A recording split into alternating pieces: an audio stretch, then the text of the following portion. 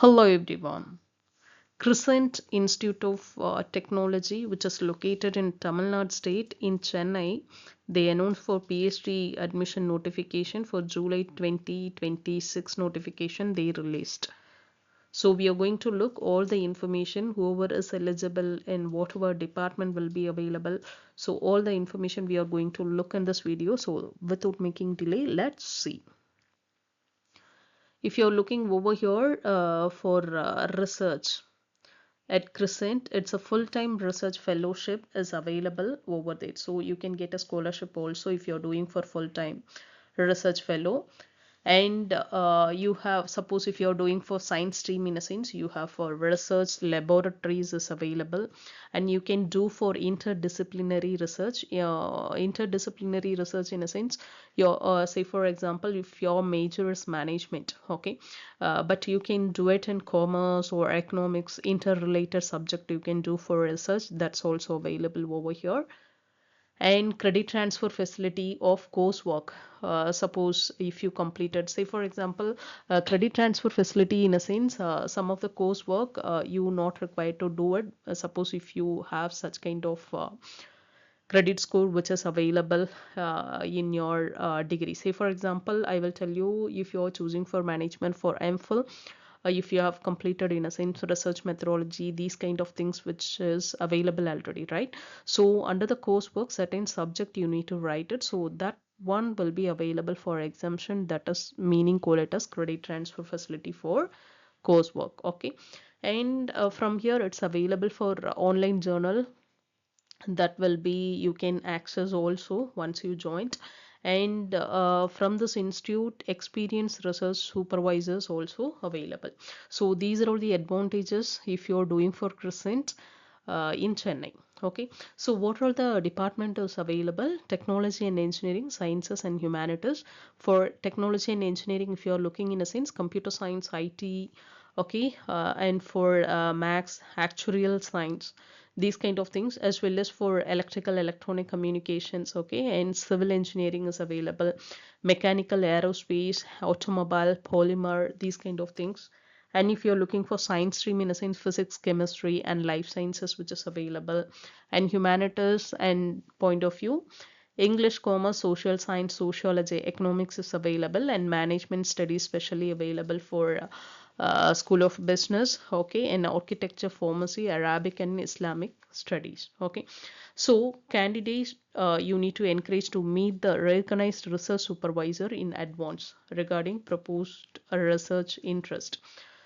Suppose if you're going to choose for a respective professor, in a sense, before that you can meet and you can speak with them, then mutually you can understand each other before allocating for the guide. That's very important for the candidate point of view, as well as it is good for candidate as well as for the professor point of view also. Okay, that's the thing they have given.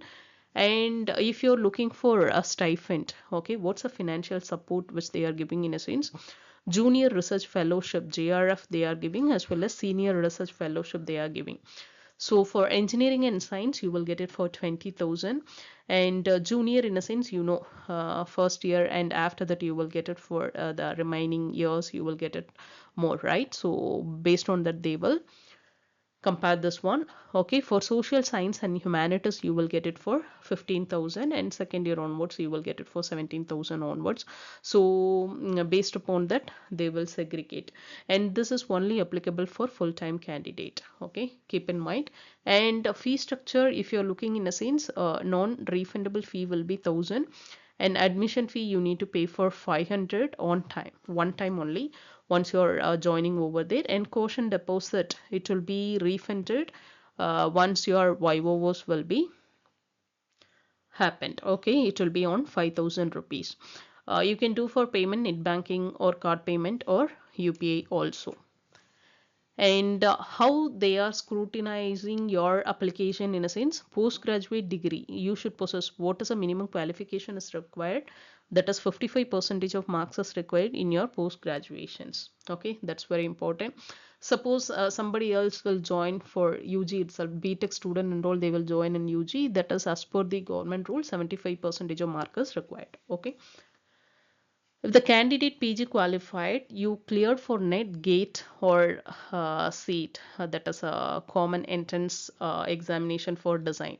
Suppose if you're choosing for design, Master of Design in a sense, you need to complete for this one. Suppose if you have completed in a sense, you're not required to write for examination because they are conducting for entrance examination. Through that only they are selecting for the candidate. Suppose if you qualified for these examination, you're not required to write for the examination for entrance examination, which is conducted by Crescent. All other candidate you need to be write it, even for NRI as well as foreign nation also. Suppose if you're applying for PhD for NRI and foreign national, you need to write for entrance examination, and for NRI national must be a full-time candidate. They are not selecting for part-time candidate for NRIs. Okay, for Indians you have for part-time also. Okay, and those people you need to write for the examination. Suppose if you're not having for valid score over here. And for the entrance examination point of view, if you're looking in a sense, totally 100 marks will be there, and 50 marks will be a subject, which subject you're choosing that one, and remaining 50 marks will be a research methodology. Purely if you're looking in a sense, for NET examination syllabus will be there for in your respective subject, right? The paper 1 and paper 2. If you're preparing that one, that's sufficient for attending this examination also. But even though they have provided for the syllabus, if you're go through in a sense, more or less same only. Okay, for the examination, if you're looking in a sense, 2 hours, it will be conducted through online only, 10 a.m. to 12, multiple choice question, and it's purely for online. Wherever you can available, you can attend this examination. It's purely on English language. And for if your answer will be correct, you will get it for 1 mark, and negative answers, and that is a wrong answer, you not get any negative marks. Okay, that they are telling. And once completed this one, after that they will send the notification to you, and you will attend for the interview also. For that interview, shortlisted candidate, a 15 minutes PPT presentation for your proposal, that's available during the interview session. That's very important, keep in mind also. Interview session, before that you need to prepare for a PPT before you're going to attend for interview, once you clear this examination. And what will be the selection process in a sense? First will be online examination. Okay, and you will get for notification through your mail. Okay, whether you are selected or not. Then interview will be there. Okay, it is an online interview, and from there the supervisor allocation, everything will be there. And after that, finally they will publish for the result. Okay, then you will get for admission letter and certificate verification and payment and all, you need to put it for next. And provisional registration for PhD program. Okay, totally 7 process, so the process will going on this way only. Okay, and for the next one, what will be the date, what will be the duration and timing? For the application, you can take it for these two. The last date will be 4th May 2026, last date of application. Okay, and call letter issued 8 June 2026. This is what the application process. And assessment point of view, if you're taking in a sense, online exam will be on 10th June 2026. Online interview will be the next day itself. So once completed online examination, you will get the notification whether you are shortlisted or not, and through that you can attend for the online interview also. And 29/6/2026 you will get admission letter. Okay, and certificate verification, fee payment, and provisional registration, these all those things will be happen on 8 July 2026, and the coursework will be started. Your PhD program will started on 13 July 2026. What are the important things you need to keep in mind? In a sense, you need to complete your online examination. Okay, you need to complete all the criteria which they are asking. If you not even fulfilled, it will be rejected from the first level itself. You're not going to write for examination, so keep in mind. Attach 1-page write-up on tentative proposed research topic duly signed. That's also required. And part-time scholars, you need to get for no objection certificate from your employer. This is quite similar for all PhD part-time candidate. Okay, and those who are doing for in regular, you will get it for hostel accommodation. That's also they have given. Suppose if there is any query in a sense, straight away you can make a call to this number. For the extension, you can tell for 122, automatically they will connect to research department. Or else you need to send email for these two email IDs. Okay. And suppose if you want to check these information, this respective website, you can go through it, and exactly where this respective college is located in a sense, it's located in Vandalur. Okay. Sidakadi Estate, Vandalur, Chennai located in Tamil Nadu state. So right now we can look for the website where you need to apply and all those things. Okay. Just you can open for Crescent College. From there you can go for admission, and from here you can select for PhD admission. Under that you can come here. If you're going to apply for online application in a sense, you can click this one. It will open and register all the information, and whatever will be available, based on that you can go ahead. This is a thing for applying online application.